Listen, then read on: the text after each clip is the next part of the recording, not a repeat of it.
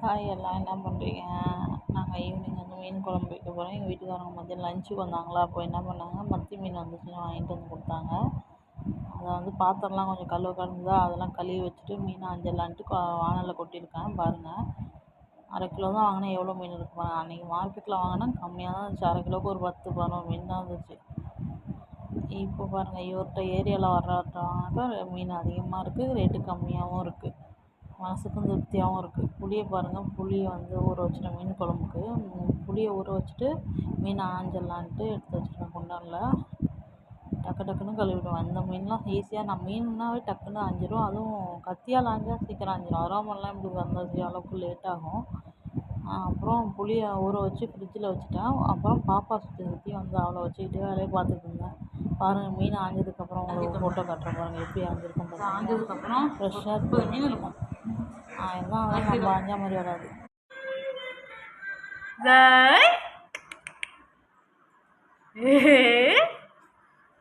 என்ன பண்ணுறீங்க? என்னோட ஸ்டைலில் மீன் குழம்பு வைக்கலாமா? வாங்க பார்க்கலாம். இப்போ வாங்கல பற்ற வச்சு எண்ணெய் ஊற்றி காயுது. இது வந்து வதக்கிட்டு அரைக்க போகிறோம், அதனால் எண்ணெய் கம்மியாக ஊற்றிருக்கேன். இப்போ என்ன பண்ண போகிறேன்னா, இந்த ஸ்டேஜில் கடுகு போட போகிறேன். அதுக்கப்புறம் வெந்தயமும் பெருஞ்சீரகமும் போட போகிறேன். சிம்மில் வச்சு தான் காமிக்கிறேன். அதுக்கப்புறம் பார்த்தீங்கன்னா இதில் வெங்காயமும் பூண்டு கருவேப்பிலை போட்டுருக்கோம். அதையும் கொட்டிக்கிறோம். சின்ன வெங்காயம் கொஞ்சமாக, பெரிய வெங்காயம். இந்த ஸ்டேஜில் என்ன பண்ணணும், ஃப்ளேமில் கொஞ்சம் வச்சு வதக்கி கொடுக்கும். பூண்டு சின்ன வெங்காயம் போட்டிருக்கேன், கொஞ்சமாக பெரிய வெங்காயம் ஆட் பண்ணியிருக்கேன். தெரியுதுங்களா? இந்த வரும் பெரிய வெங்காயமும் ஆட் ஆயிருக்கு, சின்ன வெங்காயமும் ஆட் ஆயிருக்கு. இப்போ இது வதக்கணும் நல்லா. இது பொன்னிறமாக ஆகிற ஸ்டேஜில் தக்காளி கொட்டணும். கோயம்புத்தூர் ஸ்டைலில் நான் மீன் குழம்பு வைக்கிறேன் பாருங்க பொன்னிறமாக மாறிட்டு இருக்கு. இந்த ஸ்டேஜில் இன்னும் கொஞ்சம் மாறட்டும். நல்லா அங்கே பாருங்க, பார்த்தீங்களா? இப்போ மாறி இருந்துச்சா? இப்போ நம்ம என்ன பண்ணணும், கட் பண்ணி வச்சிருக்க தக்காளி கொட்டிக்கணும். தக்காளி கட் பண்ணி வச்சுருக்கேன், அதை அப்படியே கொட்டிக்க வேண்டியதான். நீட்டு வாக்கில் கட் பண்ணி வச்சுருக்கேன். இப்போ என்ன பண்ணணும் பார்த்தீங்கன்னா, இந்த ஸ்டேஜில் கல் உப்பு ஆட் பண்ணிக்கணும். கொஞ்சமாக கல் உப்பு வதங்குது, தக்காளி வதங்குது பாருங்க. தக்காளி நல்லா வதங்கி வரும். பாப்பா சவுண்டு போட்டுட்டு இருக்கா, தெரிஞ்சுங்களா? அவள் பாட்டுக்கு சவுண்டு போட்டு அவள் பாட்டுக்கு எல்லாம் வண்டியில் கத்துறா. என்னத்துக்குன்னு பார்த்தீங்கன்னா, விளையாட்டு. அவள் பக்கத்துல நான் இருக்கணும், அவள் தூக்கி எடுத்துட்டே நிற்கணும் நான். இப்போ இது நல்லா வதங்கி வரட்டும். சிவா பாருங்க, நல்லா வதங்கி வந்துருச்சா? இன்னும் கொஞ்சம் வதங்கணும்.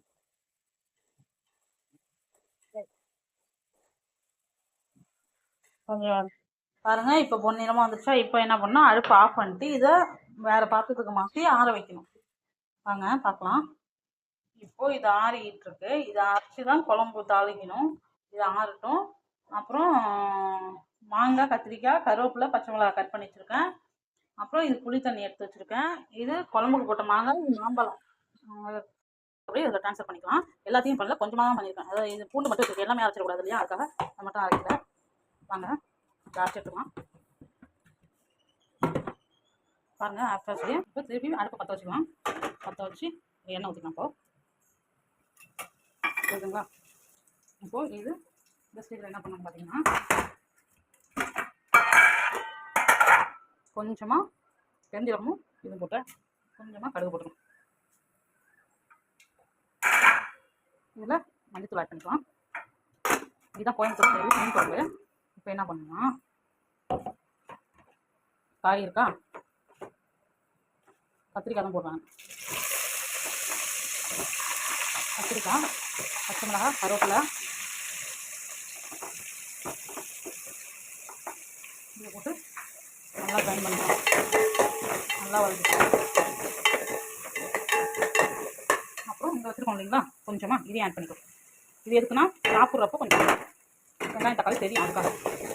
அதை ஆல்ரெடி வதக்கிட்டு இருந்ததுனால லாஸ்ட்டாக கூட போட்டிக்கலாம். வேக வைக்கிறேன். இப்போ ஃப்ளேம் அதிகமாக வச்சுக்கலாம். இப்போ இது வதங்கிடுச்சுங்களா, நல்லா வதங்கிடுச்சு. இப்போ வந்து என்ன பண்ணி பார்த்தீங்கன்னா அரைச்சி வச்சுருக்க பேஸ்ட் கொட்டிட வேண்டியதான்.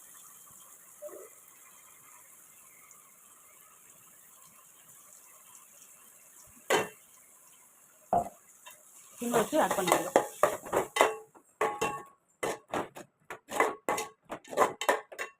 இப்போது எல்லாத்தையும் இதில் மாற்றியாச்சுங்களா. இப்போ என்ன பண்ணால் இது நல்லா வதங்கி வரட்டும். இது நல்லா வெந்து வந்துடும். இப்போது நம்ம கரைச்சி வச்சுக்க புளி தண்ணியை அப்படியே ஆட் பண்ணிக்கலாம். எல்லாமே கலந்து தான் வச்சுருக்கோம் தண்ணி போதுமான அளவு. நல்லா ஆயிடுச்சுங்களா. இப்போ இந்த ஸ்டேஜில் பார்த்தீங்கன்னா குழம்பு மிளகாத்தூள், நான் வீட்டில் அரைச்ச குழம்பு மிளகாத்தூள் யூஸ் பண்ணுறேன். நீங்கள் வந்து எப்படி ஆட் பண்ணிக்கிறீங்களோ அதுக்கு அந்த மாதிரி ஆட் பண்ணிக்கோங்க. நீங்கள் வந்து இப்போ மல்லித்தூள், கரம் மசாலா எல்லாம் சேர்த்து போடுறீங்கன்னா உங்களுக்கு தகுந்த மாதிரி நீங்கள் ஆட் பண்ணிக்கோங்க. என்னோட மெத்தடில் கோயம்புத்தூர் ஸ்டைலில் செய்கிற மாதிரி நான் உங்களுக்கு சொல்லியிருக்கேன். இதில் கொஞ்சமாக நான் கொஞ்சம் தண்ணி ஆட் பண்ணிக்கலாமா.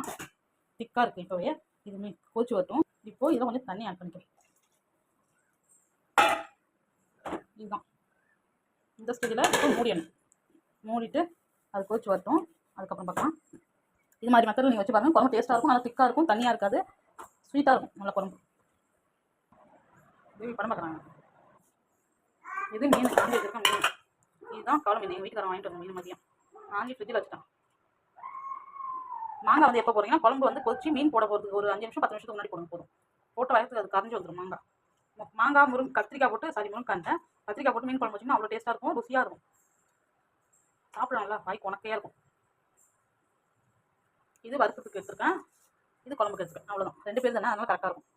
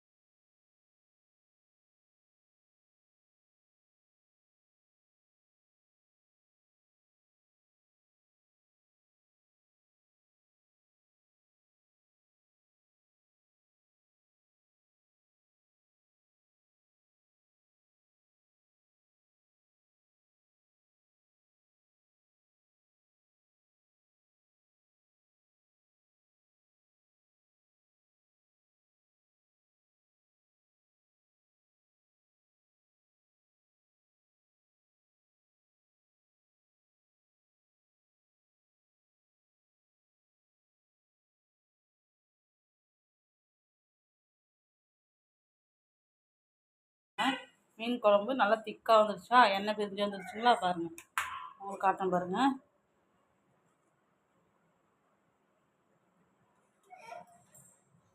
அவ்வளோதான். இந்த ஸ்டேஜில் என்ன பண்ணிடணும், குழம்பு எப்படி திக்காக இருக்குது பாருங்கள்.